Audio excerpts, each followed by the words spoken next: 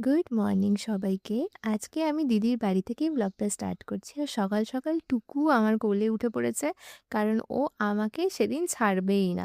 তো সেই কারণে ওকে নিয়ে একটু ঘোরাফেরা করলাম। তারপরে রান্নাঘরে গিয়ে দেখি দিদি এখানে আজকে দুপুরের লাঞ্চের জন্য চিকেন প্রিপারেশন করছে। তারপরে আমিও সময় মতো স্নান-টান করে নিলাম। আর টুকু তো এখানে আশেপাশে ঘুরেই যাচ্ছে ও আমার। কারণ বললাম না ও আমাকে সেদিন একা থাকতেই দেয়নি।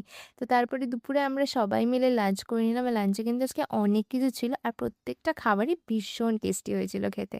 আর বিকেলের দিকে আমাদের একটু বেরোনোর প্ল্যানিং ছিল কিন্তু এই বৃষ্টি সবটা মাটি করে দিয়েছে। মানে এত পরিমাণে বৃষ্টি হয়েছে যে আমরা কোথাও আর বেরোতেই পারিনি। তাই সেই কারণে আমরা ঘরে বসে একটু আইসক্রিম এনজয় করছিলাম। আর দেখো তোমরা রাস্তায় কি পরিমাণে জলটা দাঁড়িয়েছে। মানে এতটা যে জল দাঁড়িয়ে যাবে এটা আমরা এক্সপেক্টই করিনি। তাই এই কারণে আমরা তো বেরোনো বন্ধ হয়ে গেল। আর সেই জন্য আমরা বাড়িতে বসে আইসক্রিম এনজয় করলাম। তারপরে সন্ধ্যের দিকে এখানে টুকু আমাদেরকে গান শোনাচ্ছিল। আর ও কিন্তু টুকটাক বেশ ভালোই গান গাইতে পারে। এইসব করতে, করতে হয়ে গেল রাত। আর রাতে আমি ডিনারে খেয়ে নিয়েছিলাম চিকেন বিরিয়ানি আর দিদির হাতের স্পেশাল চিকেন কষা, যেটা কিন্তু খেতে ভীষণই টেস্টি হয়েছিল। তো এইভাবেই কাটলাম আজকের দিনটা। যেহেতু আমি আজকে বাড়ি চলে যাচ্ছি তাই মনটা একটু খারাপ ছিল। তো চলো আজকের মতো ব্লগটা এই অবধি। আশা করি তোমাদের ভালো লেগেছে। বাই।